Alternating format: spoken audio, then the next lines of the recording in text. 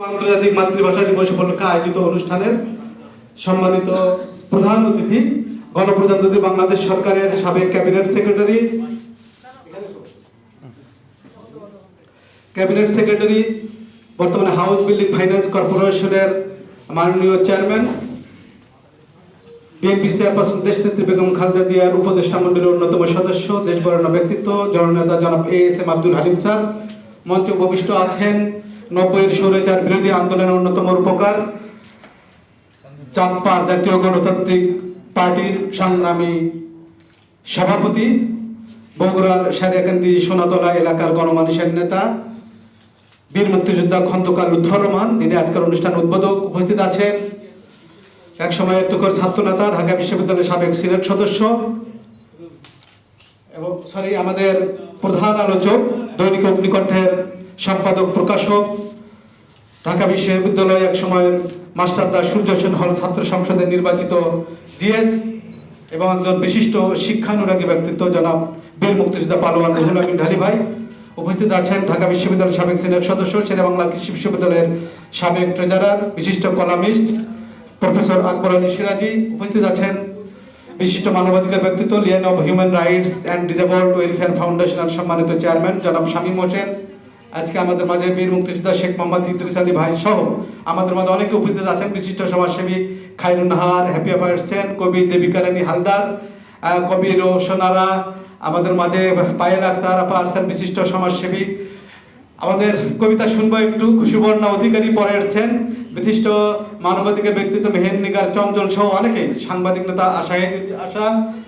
সকলকে আমি আন্তরিকভাবে ধন্যবাদ জানাই, কৃতজ্ঞতা জানাই, অত্যন্ত মূল্যবান সময় ব্যয় করে এখানে উপস্থিত হয়েছেন। আজকে আসলে সরকারি একটা কর্মদিবস, সবারই অফিস তো 4টা পর্যন্ত চলে, আর আমরা একটু দেরি করে শুরু করতাম। আমাদের মাননীয় প্রধান অতিথি স্যারের একটি অনুষ্ঠান, উনি আরেকটি অনুষ্ঠানে ধানমন্ডিতে যাবেন, একজন একটু আগে শুরু করতে হয়েছে।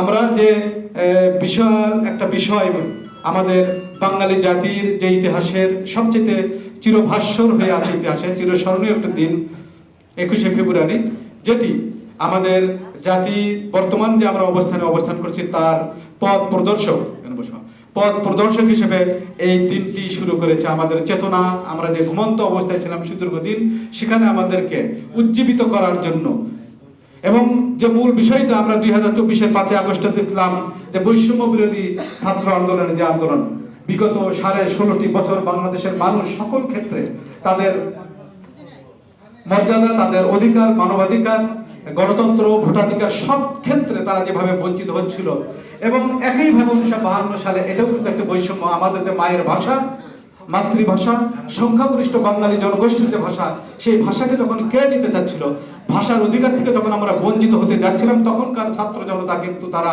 রাজপথে বুক পেতে দিয়ে তারা এই অধিকারকে প্রতিষ্ঠা করেছিল, এবং সেটি ছিল সুদীর্ঘ যে 23 বছরের পাকিস্তানি শাসন শোষণের বিরুদ্ধে প্রথম প্রতিবাদ, রক্তক্ষয়ী প্রতিবাদ, এবং তারপরে সুদীর্ঘ 23টি বছর আমরা পাকিস্তানি শাসন, নির্যাতন, নিপীড়নের বিরুদ্ধে প্রতিবাদ জানিয়ে সংগ্রাম করে আমরা 1971-এর একটি মহান যে মুক্তিযুদ্ধ, জনযুদ্ধ, সুদীর্ঘ 9টি মাস একটি রক্তক্ষয়ী সংগ্রামের মধ্য দিয়ে আমাদের লাখ লাখ যুবক, কৃষক, শ্রমিক তাদের বুকে তাজা রক্তের বিনিময়ে তারা আত্মাহুতি দিয়ে এই বাংলাদেশকে একটি স্বাধীন সার্বভৌম রাষ্ট্র হিসেবে বিশ্বের মানুষের প্রতিষ্ঠা করলেন। কিন্তু আমরা অত্যন্ত পরিতাপের বিষয়, দুঃখের বিষয় হচ্ছে যে মহান চেতনাকে ধারণ করে মহান মুক্তিযুদ্ধ রচিত হয়েছিল, সেই মুক্তিযুদ্ধের চেতনাগুলো স্বাধীনতার অল্প কিছুদিন পরেই ভুলুণ্ঠিত হলো, মানুষের অধিকার থাকলো না।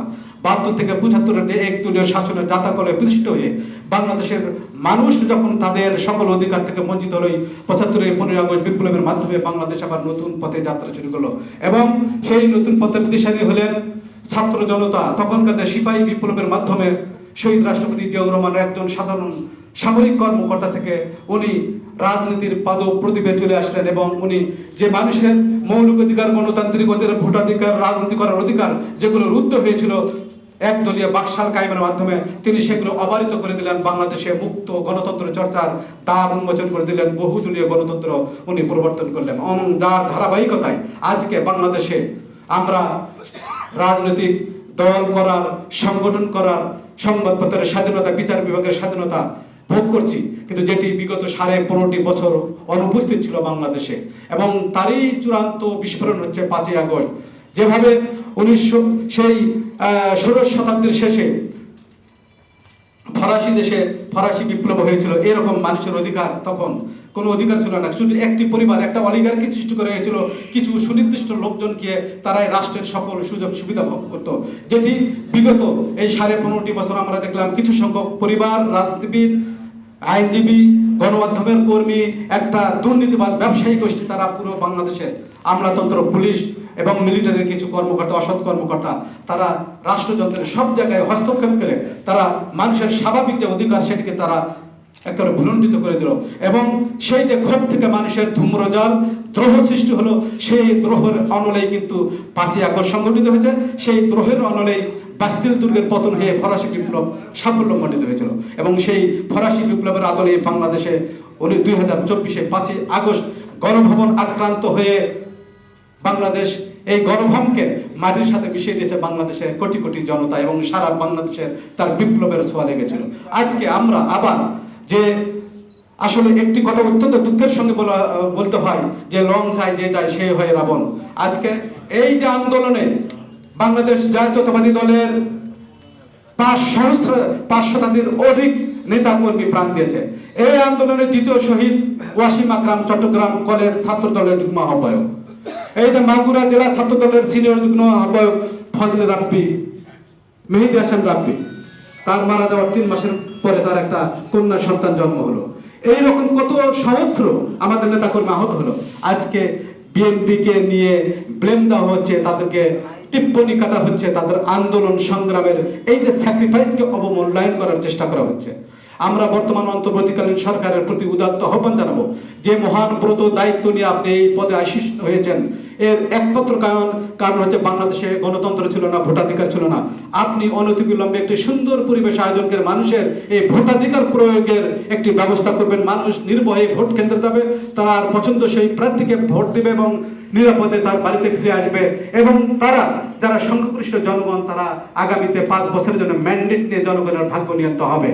কাজেই এসটি নিয়ে সিনেমিনি খেললে বাংলাদেশের কিন্তু গণতন্ত্রের কবি জনগণ, সংগ্রামী জনগণ এটা মেনে নেবে না। আমরা নোবেল বিজয়ী ডক্টর মোহাম্মদ ইউনূস স্যারের কাছে উদাত্ত আহ্বান জানাবো, আপনি একটি নির্বাচনী রোডম্যাপ ঘোষণার মাধ্যমে বাংলাদেশের মানুষের যে আত্মাহুতি, 30,000-এর অধিক যে মানুষ হাসপাতালে কাতরাচ্ছে, চিরতরে পঙ্গু হয়ে গেল, তাদের রক্তের প্রতি, তাদের চেতনার প্রতি, তাদের সংগ্রামের প্রতি শ্রদ্ধা, সম্মান, সহানুভূতি জানিয়ে আপনি একটি সুন্দর, সুষ্ঠু, অবাধ নির্বাচন আয়োজনের ব্যবস্থা করুন। এবং সেই নির্বাচনের মাধ্যমে নির্বাচিত জনপ্রতিনিধি রাষ্ট্রের সকল যে অসংগতি আছে সেগুলো সংস্কার করে একটি আধুনিক বাংলাদেশ বিনির্মাণেও সচেষ্ট হবে, সেই পরিবেশ সৃষ্টি করুন। এই বলে আজকের যে 52 ভাষা আন্দোলনের আমাদের এই ক্ষুদ্র আয়োজনে বিশিষ্ট ব্যক্তিবর্গ উপস্থিত হয়েছেন, আপনারা সবাই উপস্থিত হয়ে আমাদের অনুষ্ঠানটিকে আলোকিত করেছেন। এই জন্য আমি আমার ব্যক্তিগত পক্ষ থেকে, সংগঠনের পক্ষ থেকে আন্তরিকভাবে ধন্যবাদ, কৃতজ্ঞতা জানিয়ে এই আমার বক্তব্য শেষ করছি। আমাদের কয়েকজনকে আমরা মহান 21শে এই মহিমান্বিত দিবস উপলক্ষে যারা বিভিন্ন ক্ষেত্রে কাজ করছেন অনুপ্রাণিত করার জন্য সম্মাননা প্রদান করবো, এবং তারপর আমাদের হালকা আপ্যায়ন আছে। সবাই শেষ মুহূর্ত পর্যন্ত আমাদের থেকে সহযোগিতা করবেন। সকলকে ধন্যবাদ।